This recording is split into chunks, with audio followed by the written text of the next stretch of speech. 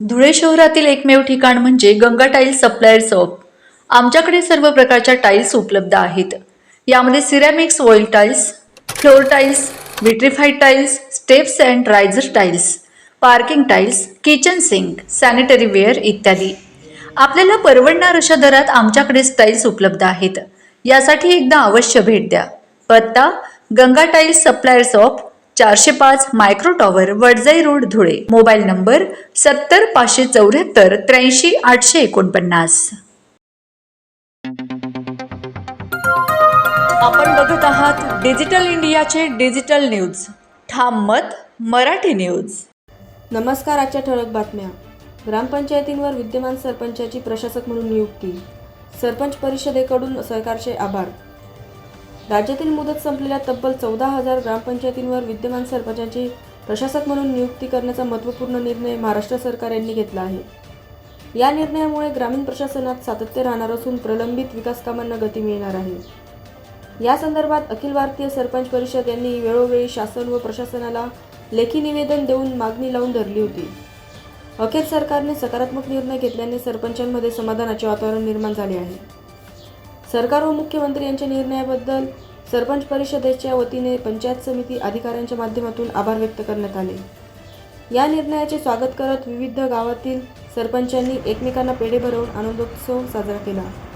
तसेच फटाक्यांच्या आतषबाजी करून समाधान व्यक्त केले. यावेळी जिल्हाध्यक्ष राजेश गुलाबराव पाटील उपस्थित होते. तसेच मुदत संपलेल्या सर्व गावातील सरपंच मोठ्या संख्येने उपस्थित राहून निर्णयाबद्दल समाधान व्यक्त केले. ग्रामीण भागातील प्रशासन सुरळीत ठेवण्यासाठी घेतलेला हा निर्णय महत्त्वपूर्ण ठरणार असल्याची उपस्थितांनी व्यक्त केली. ठाम मत मराठी न्यूजसाठी सोपान देसले, धुळे. राम राम, जय खानदेश. अखिल भारतीय सरपंच पदेशाला सरपंचांना परत प्रशासकाची नियुक्ती मिळाली.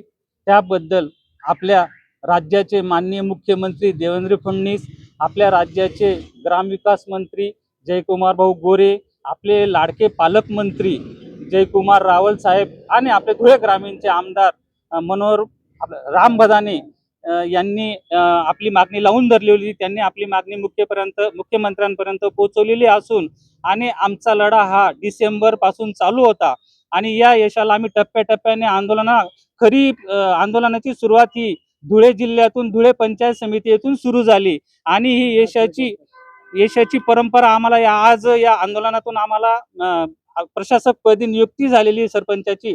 तर आम्हाला जाहीर आभार मानायचे मुख्यमंत्र्यांचे की लोकशाही अजून जिवंत आहे आणि या लोकशाहीत आज आम्हा सरपंचांना प्रशासकाची नियुक्ती झालेली आहे.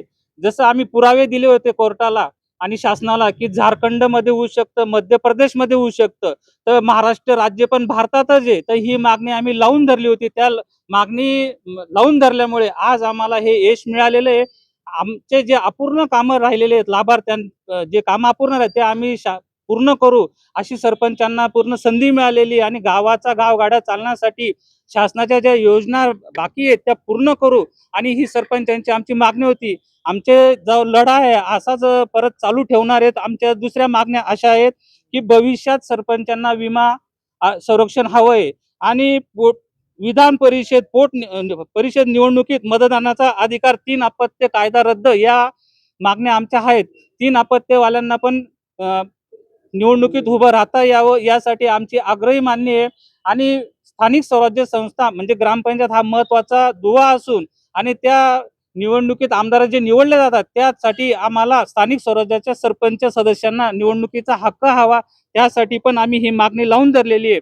आणि ऑपरेटरांचा जो पगार आहे तो यापुढे लाखो रुपये शासन गोळा करतं एखाद्या कंपनी मारून आणि त्यांना तुटपुंजे पगारावर राबवलं जातं.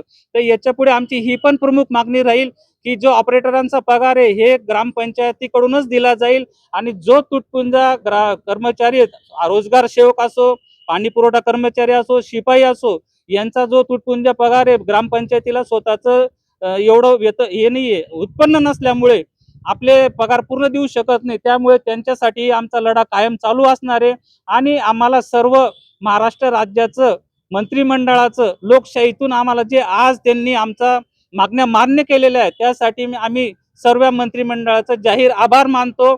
आणि जे बबनराव बावनकुळे आज जे महसुलीचे निर्णय देते ते खरंच गाव पातळीसाठी खूप महत्वाचे, शेतकऱ्यांसाठी खूप महत्वाचे. आम्ही त्यांनी जे आम्हाला पूर्ण केलेल्या आमच्या मागण्या त्यांची जाहीर आभार मानतो.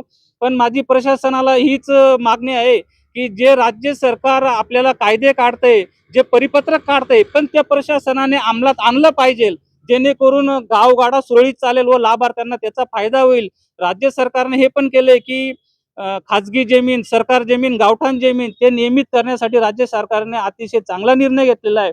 पण माझी प्रशासनाला विनंती आहे की हा जो कायदा पारित केलेला आहे, जे परिपत्रक काढलंय, त्याची लवकरात लवकर अंमलबजावणी करण्यात यावी आणि यासाठी लाभार्थ्यांना फायदा घेऊ द्यावा, जेणेकरून त्यांचा आमच्या कार्यकाळात आम्ही त्या मागण्या पूर्ण केल्या आणि आम्हालाही त्याचं समाधान लागेल. धन्यवाद. माझं नाव मनीषा राजेंद्र खैरनार, वडगाव सरपंच. आम्हाला शासनाने प्रशासन म्हणून नेमणूक केली आणि आमचे दिवस वाढवून दिले. तर आमचे राहिलेले काम पूर्ण करायची संधी दिली त्यांनी आम्हाला. आम्ही शासनाचे खूप खूप आभार मानतो. आणि आमच्या संघटनेचे अध्यक्ष आहेत, ते पण आम्हाला वारंवार खूप मदत करतात. महाराष्ट्रातील ताज्या घडामोडींसाठी पाहत रहा ठाम मत मराठी न्यूज. तसेच आमच्या चॅनलला लाईक, शेअर, सबस्क्राईब करायला विसरू नका.